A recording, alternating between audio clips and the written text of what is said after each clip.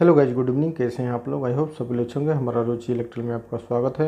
आज हम एक नई वीडियो के साथ शुरुआत करें। हमारे साथ में एक स्नाइडर का बीएफडी है। इस बीएफडी के अंदर जितने भी अलार्म आते हैं, फॉल्ट आते हैं, ये क्यों आते हैं और इसका क्या सोल्यूशन है, आपको कंप्लीट डिटेल इस वीडियो के अंदर मिल जाएगा। मतलब कि इस बीएफडी से रिलेटिव जितने भी फॉल्ट आते हैं, अलार्म आते हैं, आपको एक ही वीडियो के अंदर, मतलब इसी वीडियो के अंदर आपको पूरी जानकारी मिल जाएगी। मतलब इसका सोल्यूशन क्या है और ये क्यों आता है, फॉल्ट अलार्म आता है।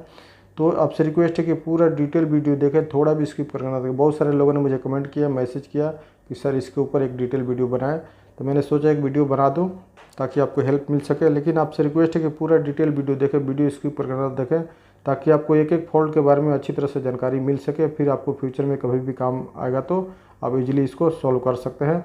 अगर आप हमारे चैनल पर नए हैं तो चैनल को जरूर सब्सक्राइब कर लेना, ताकि इलेक्ट्रिक से रिलेटिव नए नए और लेटेस्ट वीडियो आपको मिलते रहेंगे हमारे चैनल पर। चलो फिर हम वीडियो को स्टार्ट कर लेते हैं।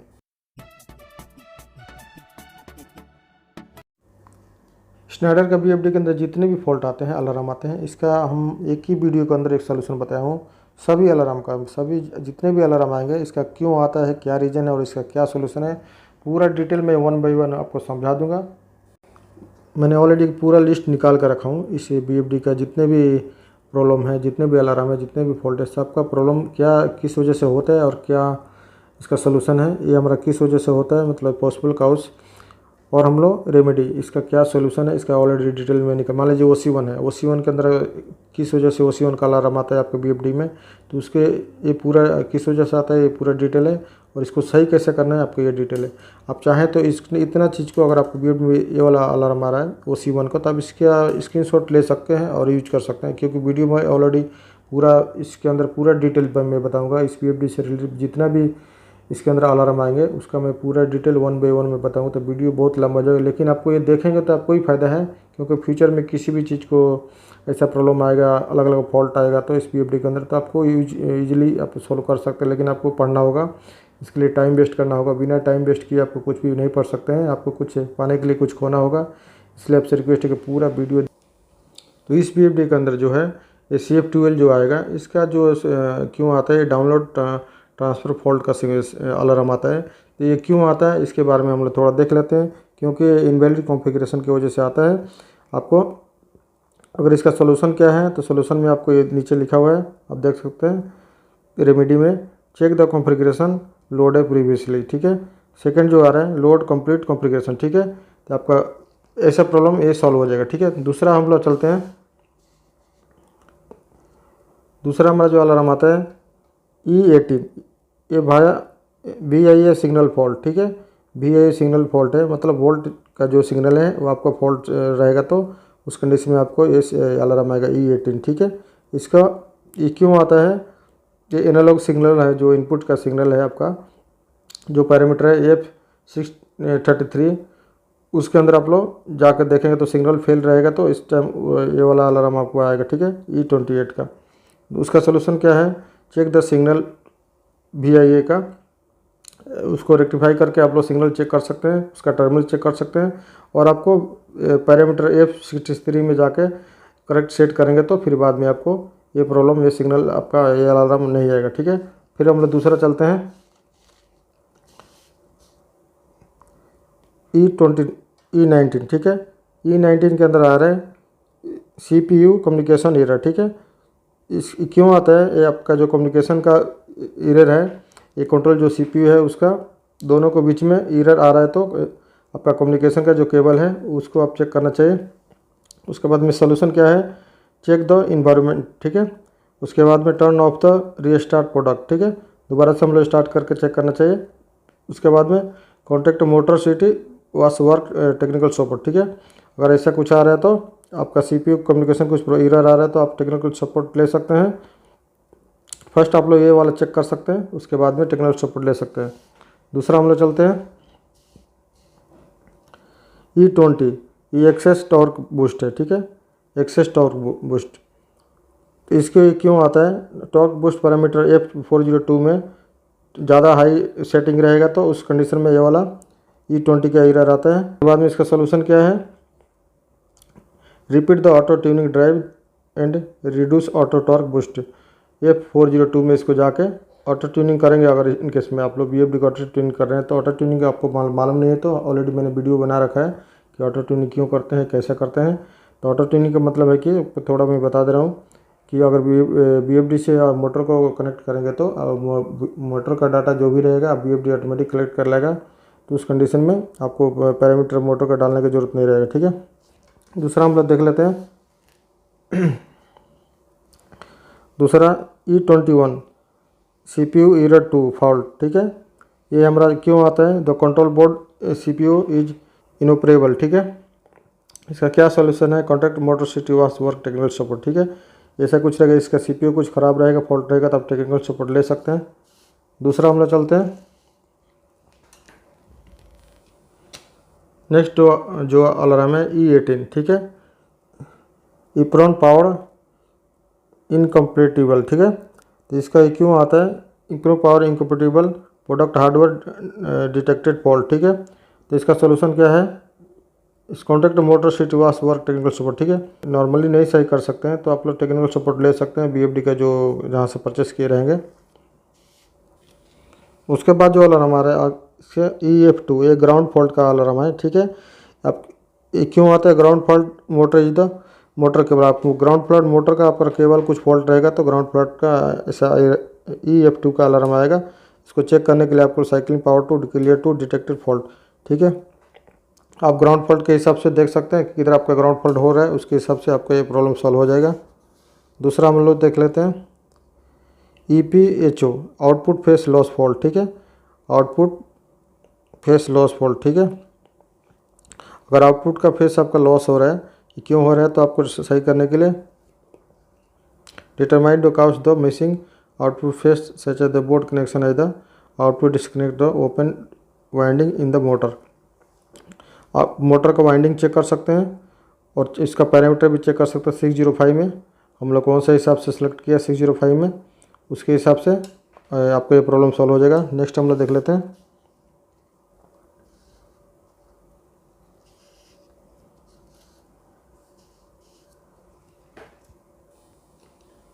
उसके बाद हमारा अलार्म दूसरा आता है EFH1, ये इनपुट फेस लॉस फॉल्ट, ठीक है। अगर आप इनपुट का फेस लॉस रहेगा तो उस कंडीशन में आपको ये अलार्म आएगा। उसके बाद में हम लोग सोल्यूशन करने के लिए इसको क्या करेंगे, determine to cast to income measuring input phase and clear check the parameter 608 में आप लोग चेक करके इसको इसका फेस लॉस रहेगा तो इस कंडीशन में ये वाला अलार्म आएगा, ये EPH1, ठीक है। दूसरा हम लोग आगे चलते हैं, अगर ऐसा अलार्म हमारा ERR1 तो स्पीड रेफरेंस एरर फॉल्ट, ठीक है। उसके बाद में एक parameter F202, F203, F2010, F202 और सेट इम्पल्स, ठीक है। बी में हम लोग इसको कैसे set set the parameter to the correct setting, ये जो पैरामीटर है इसको करेक्ट सेटिंग करेंगे तो ये वाला पैरामीटर आपको अलार्म नहीं आएगा, ठीक है। दूसरा हम लोग आगे चलते हैं, अभी ऐसा अलार्म आएगा जैसे ERR2 ए रैम फॉल्ट, ठीक है। रैम फॉल्ट आने के टाइम में क्यों होता है, the control board RAM is इनऑपरेबल, ठीक है। इसको सही करने के लिए कॉन्टैक्ट मोटर सिटी वास द मोटर वर्क टेक्निकल, इसके लिए अब हम लोग खुद से इसको सही नहीं कर सकते तो आप लोग टेक्निकल सपोर्ट को कॉल करके सही करा सकते हैं। इसका जो रैम रहेगा उसका हम लोग इसका जो कार्ड रहता है वो इसका ख़राब होने के टाइम में ऐसे एरर फॉल्ट आता है तो आप लोग टेक्निकल सपोर्ट से कॉन्टैक्ट करके इसका सॉल्व कर सकते हैं। दूसरा जो हमारा अलार्म आएगा ERR3 रोम फॉल्ट, ठीक है। ERR3 आएगा, ERR4 आएगा तो आप लोग इस कार्ड को हम लोग खुद से सही नहीं कर सकते तो आप लोग इसका जो बोर्ड रहता है BFD का जो बोर्ड रहता है कार्ड रहता है उसको हम लोग खुद से सही नहीं कर सकते। अगर नहीं कर सकते तो आपको BFD को टेक्निकल सपोर्ट को कॉल करके उसको चेंज कर सकते हैं कार्ड उसका फिर से। इसका 4B ERR4 भी सेम प्रॉब्लम आएगा तो आप उसको टेक्निकल सपोर्ट को कॉल करके आप चेंज कर सकते हैं। A5 में भी सेम है, 4, 5 में दोनों में सेम है, आप टेक्निकल सपोर्ट को कॉल करके रेडी कर सकते हैं। अगर 5 में मान लो आप खुद से करना चाहते हैं तो आप देख सकते हैं थोड़ा 4-5 इसके अंदर ऑप्शन है, अगर आपको पॉसिबल है तो कर सकते हैं, नहीं तो इसको अब टेक्निकल सपोर्ट के कॉल करके कर सकते हैं, ठीक है। ERR5 कम्युनिकेशन RG45 फॉल्ट, ठीक है। तो इसको सीरियल कम्युनिकेशन एरर आने के टाइम ऐसा कोई आपको अलार्म आएगा। इसे सही करने के लिए check the network controls drive and cable, check the setting of the communication time out parameter F03, ठीक है। F803 check the remote graphic display operation cable, check the setting of F829 parameter, ठीक है। ये आप इतना check करके आप इसका सोल्यूशन सही कर सकते हैं। फिर भी आपको कुछ प्रॉब्लम है तो मुझे कांटेक्ट कर सकते हैं। उसके बाद में दूसरा जो आता है parameter ERR7 current sensor fault. ERR7 में करंट सेंसर फॉल्ट है। ये मोटर करंट सेंसर इनऑपरेबल रहेगा तो उसको सही करने का रिप्लेस द ड्राइव। आपको ऐसा एरर आएगा तो आपको ड्राइव रिप्लेस करना चाहिए, क्योंकि दूसरा कुछ ऑप्शन नहीं है। क्योंकि ऑलरेडी जो मैंने डाटा निकाल कर रखा है ये पूरा VFD का ओरिजिनल डाटा है, इसके हिसाब से मैं आपको बता रहा हूँ, ठीक है।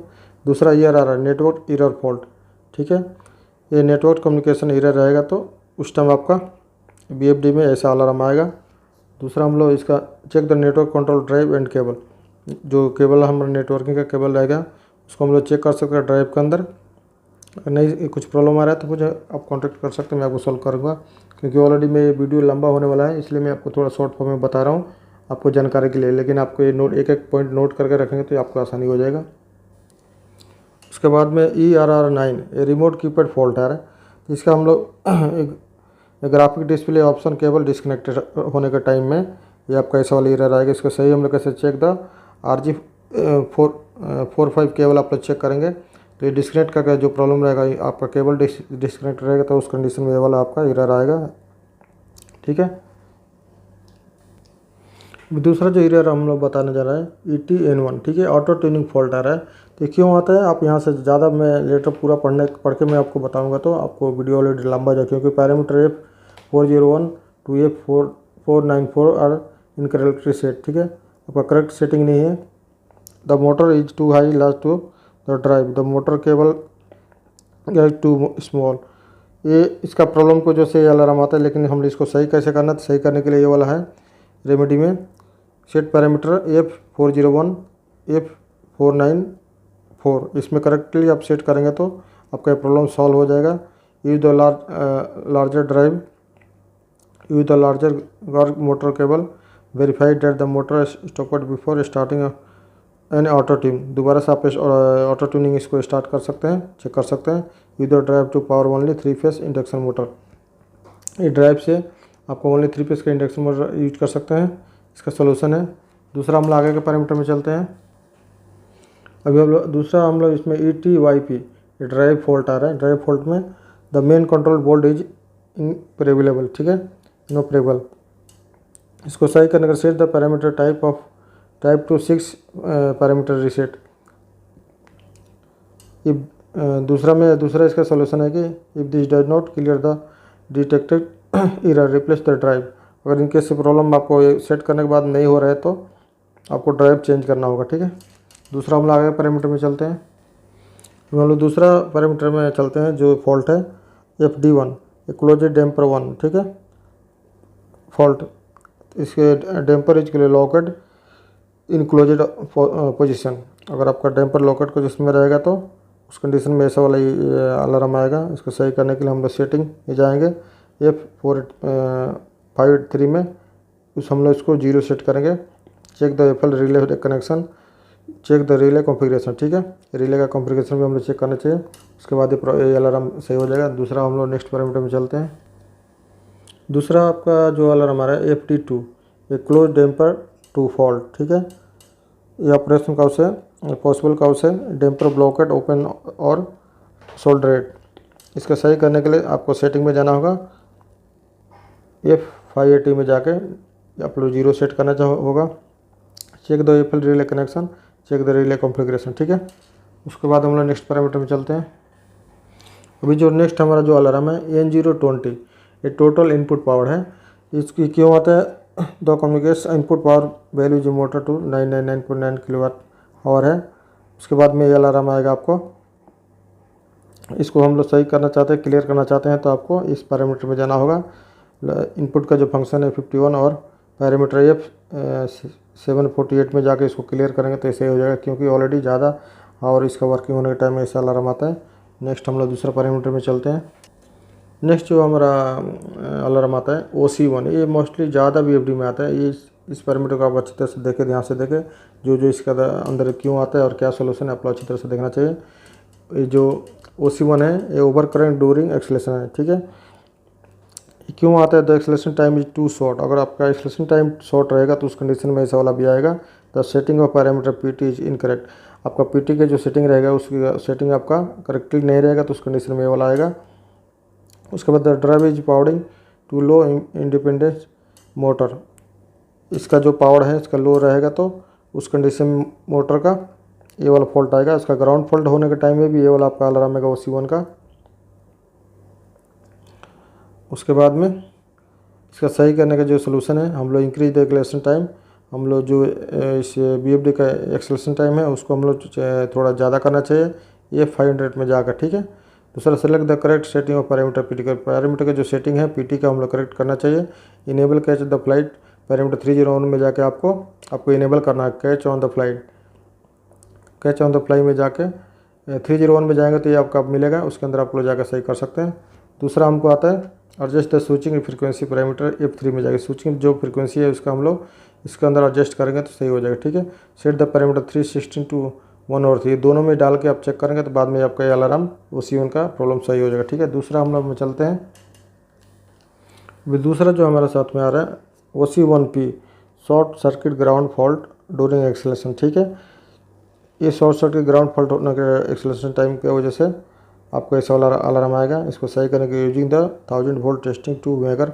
और ग्राउंड फॉल्ट आपका रहेगा तो ग्राउंड फॉल्ट होने के टाइम में आपको ऐसा वाला अलार्म आएगा। तो आप उस कंडीशन में क्या करना चाहिए, मेगर से टेस्ट करके आपको मोटर का केबल चेक करना चाहिए मेगर से, किधर भी अर्थ फॉल्ट होने के टाइम में ऐसा वाला आपको एरर आएगा, ठीक है। OC1P, ठीक है। दूसरा हम लोग नेक्स्ट पैरामीटर में चलते हैं। दूसरा जो हमारा अलार्म आ रहा है OC2, ये जो OC1 OC2 OC3 सब ज़्यादा सभी BFD में मोस्टली आता है ज़्यादा दिन BFD रन होने के बाद में, इसलिए आप लोग ध्यान से देखना चाहिए। OC2 over current during deceleration, ठीक है। ये इसको क्यों आता है, the deceleration time is too short. आपका डी एक्सेलेरेशन टाइम अगर शॉर्ट रहेगा मतलब छोटा रहेगा तो कमती रहेगा तो उस कंडीशन में आपको ऐसा वाला OC2 का अलार्म आएगा। और इसका ग्राउंड फॉल्ट होने के टाइम में भी ऐसा अलार्म आ सकता है, ठीक है। इसको सही करने के लिए increase the deceleration time आपको पैरामीटर जाके F501 में इसका डी एक्सेलेरेशन टाइम है वो आपको ज़्यादा करेंगे तो सही हो जाएगा। उसके बाद जो पैरामीटर है F316 में 1 और 3 सेलेक्ट करके देखेंगे तो कौन सा, एक बार 1 सेलेक्ट कीजिए एक बार 3 सेलेक्ट कीजिए, बाद में आप चेक कीजिए, फिर बाद में इसका ये प्रॉब्लम सही हो जाएगा, ठीक है, OC2 का। उसके बाद दूसरा हम लोग पैरामीटर में चलते हैं। उसके बाद जो हमारा अलार्म आएगा OC2P, ये शॉर्ट सर्किट और ground fault during deceleration, ठीक है। तो ये हमारा जो शॉर्ट सर्किट ग्राउंड फॉल्ट का ड्यूरिंग एक्सेलेरेशन डी एक्सेलेरेशन रहेगा तो ग्राउंड फॉल्ट रहने के टाइम में ये वाला आपका अलार्म आएगा। उस कंडीशन में आप मेगर से चेक कर सकते हैं आपका मोटर का ग्राउंड फॉल्ट अर्थ चेक कर सकते हैं, ग्राउंड फॉल्ट चेक कर सकते हैं, आपका मेगर से चेक करना होगा, ठीक है। 1000 वोल्ट में चेक कर सकते हैं मेगर कि आपका ग्राउंड फॉल्ट मोटर कुछ फॉल्ट है ग्राउंड फॉल्ट है तो उस कंडीशन में आपका ऐसा वाला अलार्म आएगा। अभी हम लोग दूसरा पैरामीटर में चलते हैं। अभी जो है नॉर्मली ये भी OC3, ये जो OC1 OC2 OC3 OC2P ये सब ज़्यादा नॉर्मली सभी BFD में आता है तो आपको इसको ध्यान से देखना चाहिए। OC3 है, OC3 over current during constant speed है, ठीक है। ये क्यों आता है उसके बारे में हम ये लिखा हुआ है, आप देख सकते हैं। उसके बाद में इसका सोल्यूशन क्या है, रिड्यूस द लोड फ्लक्चुएशन, ठीक है। आपका लोड के साइड में कुछ फ्लक्चुएशन रहेगा तो उस कंडीशन में ये वाला OC3 का अलार्म आएगा, ठीक है। चेक द लोड की साइड में आप चेक कर सकते हैं, लोड के साइड में कुछ फ्लक्चुएशन रहेगा तो उस कंडीशन में ऐसा आएगा। उसके बाद जो पैरामीटर है सेट द पैरामीटर F316, उसमें 1 और 3 डाल के चेक कर सकते हैं, दोनों में से कोई भी एक बारी बारी से डालेंगे तो ये प्रॉब्लम सॉल्व हो जाएगा, ठीक है। नेक्स्ट हम लोग पैरामीटर में चलते हैं। नेक्स्ट हमारा OC3P, ये शॉर्ट सर्किट और ground fault during constant speed, ठीक है। इसका भी सेम सोल्यूशन है। आप लोग ग्राउंड फॉल्ट होने के टाइम में अब इसका जो कांस्टेंट स्पीड में होने के टाइम में ग्राउंड फॉल्ट आ रहा है तो आप लोग इसको सही करने के लिए इसका मेगर से आप लोग इसका केबल मोटर का केबल चेक कर सकते हैं। ग्राउंड फॉल्ट हो रहेगा तो उस कंडीशन में ऐसे वाला एरर आएगा। और इसका जो फैन ऑपरेशन है, चेक द फैन ऑपरेशन, जो फैन की अगर आप ऑपरेशन कर रहे हैं उस कंडीशन में ऐसा आ रहा है तो आप फैन का ऑपरेशन चेक कर सकते हैं, ठीक है। उसके अभी हम लोग नेक्स्ट पैरामीटर में चलते हैं। उसके बाद में हमारा आ रहा है OCA, short circuit inverter at start. ये हमारा ग्राउंड फॉल्ट होने का टाइम में ऐसा वाला OCA का फॉल्ट आता है, OCA का अलार्म आता है, ठीक है। ग्राउंड फॉल्ट रहेगा तो मोटर के साइड में, उस कंडीशन में आपको ऐसा आएगा। आपको मेगर से 1000 वोल्ट में मेगर से चेक कर सकते हैं मोटर के साइड केबल और मोटर का टर्मिनल चेक कर सकते हैं। मोटर कुछ फॉल्ट है, ग्राउंड फॉल्ट है, तो उस कंडीशन में ये वाला अलार्म आएगा। अभी हम लोग दूसरा पैरामीटर में चलते हैं। उसके बाद जो दूसरा हमारा अलार्म है OCL है, short circuit motor cable at start. मतलब कि मोटर का जो केबल रहेगा वो कुछ शॉर्ट सर्किट रहेगा, तो उस कंडीशन में आपका ये OCL का अलार्म आएगा। उसको हम लोग सही करने के लिए मेगर से हम लोग केबल को चेक करना चाहिए 1000 वोल्ट में कि हमारा केबल सही है नहीं है, कुछ ग्राउंड फॉल्ट है, कुछ किधर शॉर्ट सर्किट है, तो हम लोग फेस टू फेस आउटपुट का सर्किट हम लोग चेक कर सकते हैं। फेस टू फेस आउटपुट का जो सर्किट है कुछ शॉर्ट रहेगा, तो उस कंडीशन में आपका ये वाला अलार्म आएगा OCL, ठीक है। क्योंकि फेस टू फेस अगर शॉर्ट रहेगा आपका केबल, उस कंडीशन में आपका ये वाला अलार्म आएगा। इसको सही करने के लिए केबल साइड चेक करना चाहिए, फेस टू फेस चेक करना चाहिए मेगर से अच्छी तरह कि केबल हमारा सही है नहीं है। उसके बाद ही आपको VFD ऑन करना होगा, ठीक है। नेक्स्ट पैरामीटर में चलते हैं हम लोग। अभी हम लोग OH का अगर अलार्म आ रहा है आपके VFD में, फॉल्ट का एरर आ रहा है इसका, ऐसा वाला OH का, तो ड्राइव ओवर टेम्परेचर, मतलब इसका मतलब है कि ड्राइव आपका ओवर टेम्परेचर में है, इसकी वजह से आपका OH का अलार्म आ रहा है। तो इसको क्यों आता है आपको, इसकी वजह से इसका फैन आपको restart the drive detected fault after cool off, ठीक है। इसके अंदर जो पैनल के अंदर जहाँ पे आपने VFD फिक्स किया है वहाँ पे आप फैन चेक कर सकते हैं कि फ़ैन आपका बराबर काम कर रहा है, VFD के अंदर जो फ़ैन है बराबर काम कर रहा है कि नहीं कर रहा है।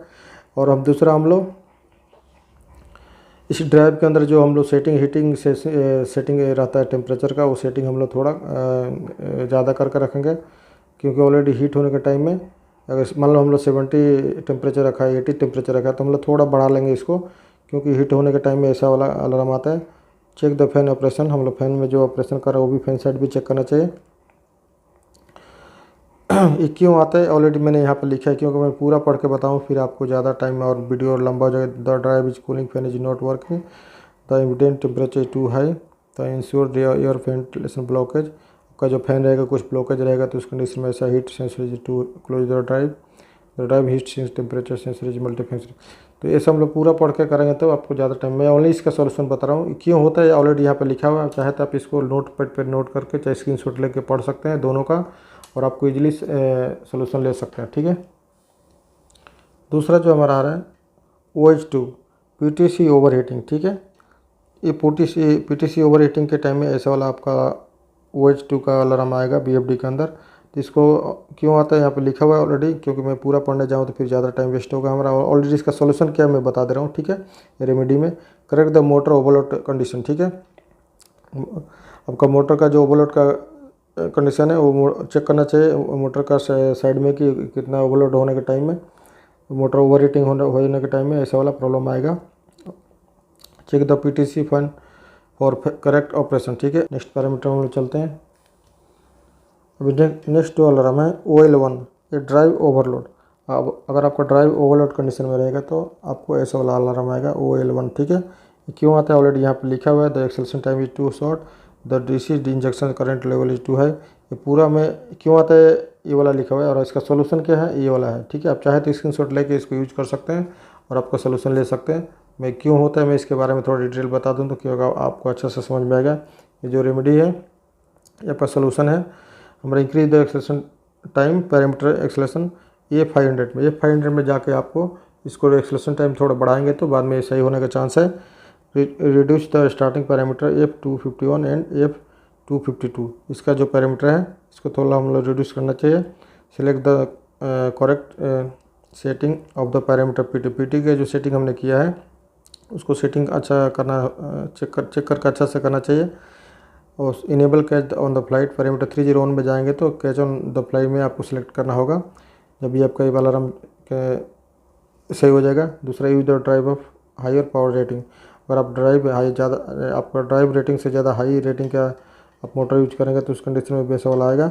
OL1 का ड्राइव ओवरलोड, मान लीजिए आपका ड्राइव 15 किलोवाट का, आपको उससे ज़्यादा का मोटर यूज करेंगे तो आपका ड्राइव ओवरलोड का अलार्म आएगा, मतलब OL1 का, ठीक है। तो ये जो है आपका OL1 का, ये जो आपका क्यों आता है इसके लिए ये वाला सोल्यूशन है, मतलब पॉसिबल का उसका दूसरा रेमेडी, इसका सोल्यूशन क्या है, तो हम लोग इसको फॉलो कर सकते हैं। आप चाहे तो स्क्रीनशॉट लेके इसका, अगर आप ये वाला फॉल्ट आ रहा है तो इसका स्क्रीनशॉट ले सकते हैं। जो भी फॉल्ट आ रहा है उसका स्क्रीनशॉट लेके आप उसका यूज कर सकते हैं। ठीक है, अभी नेक्स्ट पैरामीटर में चलते हैं हम लोग। अभी जो दूसरा जो हमारा है OL2 अगर आपके साथ में अलार्म आ रहा है तो इसका भी हम लोग जो OL1 में जो हमने आपको सोल्यूशन बताया वो सेम आपका सोल्यूशन आपको इसका, अगर मोटर आपका ओवरलोड साइड में रहेगा तो आप उस कंडीशन में ये वाला अलार्म आएगा। ठीक है, मोटर ओवरलोड रहेगा तो उस कंडीशन में ऐसा वाला अलार्म आएगा। तो आपको मोटर का साइड चेक, मोटर का वाइंडिंग चेक कर सकते हैं, मोटर का PT साइड में चेक कर सकते हैं, लो स्पीड ऑपरेशन को चेक कर सकते हैं। जो मोटर का लोड का साइड में है आप चेक कर सकते हो, मोटर का कुछ बेरिंग जाम है, वाइंडिंग कुछ प्रॉब्लम है, क्यों ज़्यादा करंट ले रहा है, ओवरलोड में मोटर है, उस कंडीशन में ऐसा अलार्म आएगा। तो उस मोटर के साइड में आप चेक कर सकते हैं, आपका प्रॉब्लम सही हो जाएगा। दूसरा पैरामीटर हम लोग चलते हैं OP1 over voltage during acceleration time. ये क्यों होता है ऑलरेडी यहाँ पे लिखा हुआ है, क्योंकि ज़्यादा लिखा हुआ, मैं एक एक पॉइंट के ऊपर पढ़ना चालू करूँ तो फिर मेरा वीडियो ऑलरेडी बहुत टाइम हो जाए, क्योंकि बहुत सारे लोग वीडियो देखते नहीं, बीच में छोड़ के चले जाते हैं। इसलिए इसका क्या सॉल्यूशन है, आप चाहे तो इसका स्क्रीनशॉट लेके यूज कर सकते हैं। जैसे ये वाला OP1 का अलार्म आ रहा है तो आप इसका स्क्रीनशॉट पूरा ले लीजिए, आपका सोल्यूशन हो जाएगा। नहीं तो मैं एक एक इसका सोल्यूशन क्या है वही मैं बता रहा हूँ, क्यों हो रहा है इसका ऑलरेडी यहाँ पर लिखा हुआ है, इसका क्या सोल्यूशन मैं बता दे रहा हूँ क्योंकि आपको आसानी हो जाएगा। मैं अभी इसका क्या सोल्यूशन मैं बता रहा हूँ, जो रेमेडी है इसका सोल्यूशन है, जो हमारा OP1 का जो अलार्म आने के टाइम में हम लोग इसका क्या सोल्यूशन है हम लोग देख सकते हैं। Install the line reactor. ठीक है, enable catch on the flight, parameter 301 में जाके ये सिलेक्ट करना होगा, enable catch on the flight. दूसरा हम लोग सेट पैरामीटर F302 में 2 सेट करेंगे। ठीक है, जाके सेट पैरामीटर F302 में 2 सेट करके आपका प्रॉब्लम सही हो जाएगा। दूसरा हम लोग आउटपुट मिसिंग फेस रहेगा तो कुछ कनेक्शन मिसिंग रहेगा तो आउटपुट डिस्कनेक्ट रहेगा तो आपको ओपन वाइंडिंग रहेगा मोटर का, तो उस कंडीशन में भी आपको ये वाला मतलब OP1 का अलार्म आएगा। ठीक है, आउटपुट वोल्टेज ड्यूरिंग एक्सेलरेशन। आप मान लीजिए आपका आउटपुट का जो वोल्टेज है कुछ फेस लॉस है, कुछ आपका वाइंडिंग प्रॉब्लम है मोटर का, तो उस साइड में आप देख सकते हैं आपका वाइंडिंग ओपन रहेगा, तो उस कंडीशन में आपको मोटर का साइड भी देख के इसको सही कर सकते हैं। दूसरा हम लोग नेक्स्ट पैरामीटर में चलते हैं। दूसरा जो अलार्म है आपका OP3, अगर आपको BFD में ऐसा अलार्म आ रहा है, over voltage during constant speed. ठीक है, तो इसको हम लोग एक कैसे होता है इसका ऑलरेडी यहाँ पर लिखा हुआ है, आप देख सकते हैं पूरा डिटेल में लिखा हुआ है। आप चाहे तो इसको स्क्रीनशॉट लेके यूज कर सकते हैं, लेकिन इसका क्या सोल्यूशन है हम लोग इसको ओनली सोल्यूशन बता रहा हूँ, क्योंकि ज़्यादा ये पूरा पढ़ने के टाइम हमको ज़्यादा टाइम वेस्ट होगा। इसका क्या सोल्यूशन है ये वाला अलार्म आने के टाइम में OP3, इसका इंस्टॉल दो लाइन रिएक्टर। ठीक है, आपको इसके अंदर जो लाइन रिएक्टर है तो उसे इंस्टॉल करना। Check the input and output circuit for phase loss detection and rectify. मतलब आपका जो इनपुट और आउटपुट का जो सर्किट है वो आपको चेक करना होगा, चेक करके रेक्टिफाई करना होगा कि हमारा सही है कि गलत है। हम लोग जो ओवर वोल्टेज ड्यूरिंग जो आ रहा है, ज़्यादा वोल्टेज आ रहा है तो इनपुट वोल्टेज चेक करना होगा, आउटपुट, उसके बाद में आउटपुट वोल्टेज भी चेक करके बाद में प्रॉब्लम सही हो जाएगा, दोबारा से स्टार्ट करेंगे तो। ठीक है, दूसरा हम लोग नेक्स्ट पैरामीटर में चलते हैं।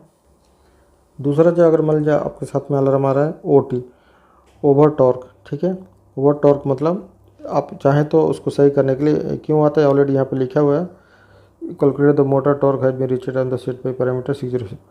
उसके बाद में सॉल्यूशन क्या है, रेमेडी में हम सॉल्यूशन देख लेते हैं। Adjust the setting of parameter F615 and F616 as needed. ठीक है, जैसा आपका रिक्वायरमेंट है उस हिसाब से आपको इसमें सेटिंग करेक्टली करना होगा, जब भी आपका ये अलार्म नहीं आएगा। दूसरा वेरीफाई द मशीन ऑपरेशन, आप कौन सा मशीन है उसका वेरीफाई करना होगा OT ओवर टॉर्क में। ठीक है, आपका टॉर्क का जो सेटिंग है वो आप इसमें जाकर इस पैरामीटर में जाकर सेट कर लेंगे, जितना आपका रिक्वायरमेंट है उसके हिसाब से मोटर का टॉर्क सेट कर लेंगे तो सही हो जाएगा। दूसरा हम लोग आगे नेक्स्ट पैरामीटर में चलते हैं। नेक्स्ट अलार्म मान लीजिए आपका PSRF है, प्री स्टार्ट स्पीड एरर। ठीक है, प्री स्टार्ट स्पीड एरर है, ये क्यों हो रहा है, pre start speed not reached the load is too high. अगर आपका लोड हाई रहेगा तो उस कंडीशन में ये वाला अलार्म आएगा। इसको हम लोग सही करने के लिए हम लोग इसका जो लोड है उसको हम लोग थोड़ा रिड्यूस करेंगे, थोड़ा कमती करेंगे तो उसको ये प्रॉब्लम सही हो जाएगा। मतलब लोड आपका अगर हाई रहेगा उस कंडीशन में ये वाला एरर आएगा, थोड़ा लोड हम लोग रिड्यूस करेंगे, मतलब कमती करेंगे, मतलब उसका स्पीड हम लोग कम कर देंगे। मान लीजिए 50 हर्ट्ज में चल रहा है तो 40 हर्ट्ज करेंगे, बाद में ये प्रॉब्लम सही हो जाएगा। ठीक है, नेक्स्ट हम लोग चलते हैं दूसरे पैरामीटर में। नेक्स्ट जो पैरामीटर है, ये जो अलार्म है SOUT PM motor step out, ये मोस्टली कम आता है, लेकिन फिर भी इसके बारे में हम लोग जान लेते हैं। ये पॉसिबल काज है, ये क्यों आता है। The motor is jammed, output phase loss, impact load, मतलब इसके अंदर तीनों में से कोई भी रहेगा तो आपको ये अलार्म आएगा। इसका सोल्यूशन क्या है, यहाँ पर लिखा हुआ है already. Check the load and correct the jammed condition. इसका लोड के साइड में आप करेक्ट चेक कर सकते हैं। उसके बाद में check the condition of the motor and load wiring, load के साइड में इसका मोटर का वायरिंग चेक कर सकते हैं। उसके बाद में प्रॉब्लम सॉल्व हो जाएगा। नेक्स्ट हम लोग चलते हैं। आप चाहें तो जो भी आपको यूज करना है, आप इसका एक एक अलार्म का मैंने सब इसका प्रॉब्लम और सोल्यूशन दोनों मैं बताया हूँ, क्यों आता है और क्या सोल्यूशन है। ये सोल्यूशन का है भाई, प्रॉब्लम क्या किसकी वजह से आता है, ये वाला लाइन है। पॉसिबल का उससे रेमेडी में हम लोग सोल्यूशन लिख के रखा है, ठीक है। तो आप चाहें तो इसको स्क्रीनशॉट लेके यूज कर सकते हैं। अभी जो नेक्स्ट है हमारा आ रहा है UC। अगर ऐसा अलार्म आपका आ रहा है तो अंडरलोड है। अंडरलोड के कंडीशन में आप ये वाला अलार्म आएगा, ठीक है। उसके बाद में हम लोग चेक कर सकते हैं, चेक पैरामीटर F610 और F612 for the correct setting. ये दोनों पैरामीटर में अगर अच्छी तरह सेट कर लेंगे तो आपका ये अंडरलोड का प्रॉब्लम सॉल्व हो जाएगा, मतलब UC का जो अलार्म आ रहा है वो सही हो जाएगा, ठीक है। अभी नेक्स्ट हम लोग दूसरा पैरामीटर में चलते हैं। अगर आपको कोई भी आ रहा है ऐसा अलार्म, कुछ प्रॉब्लम आ रहा है, अलार्म आ रहा है, तो आप चाहें तो ये दो चीज़ आपको स्क्रीनशॉट लेके आप इसका यूज कर सकते हैं।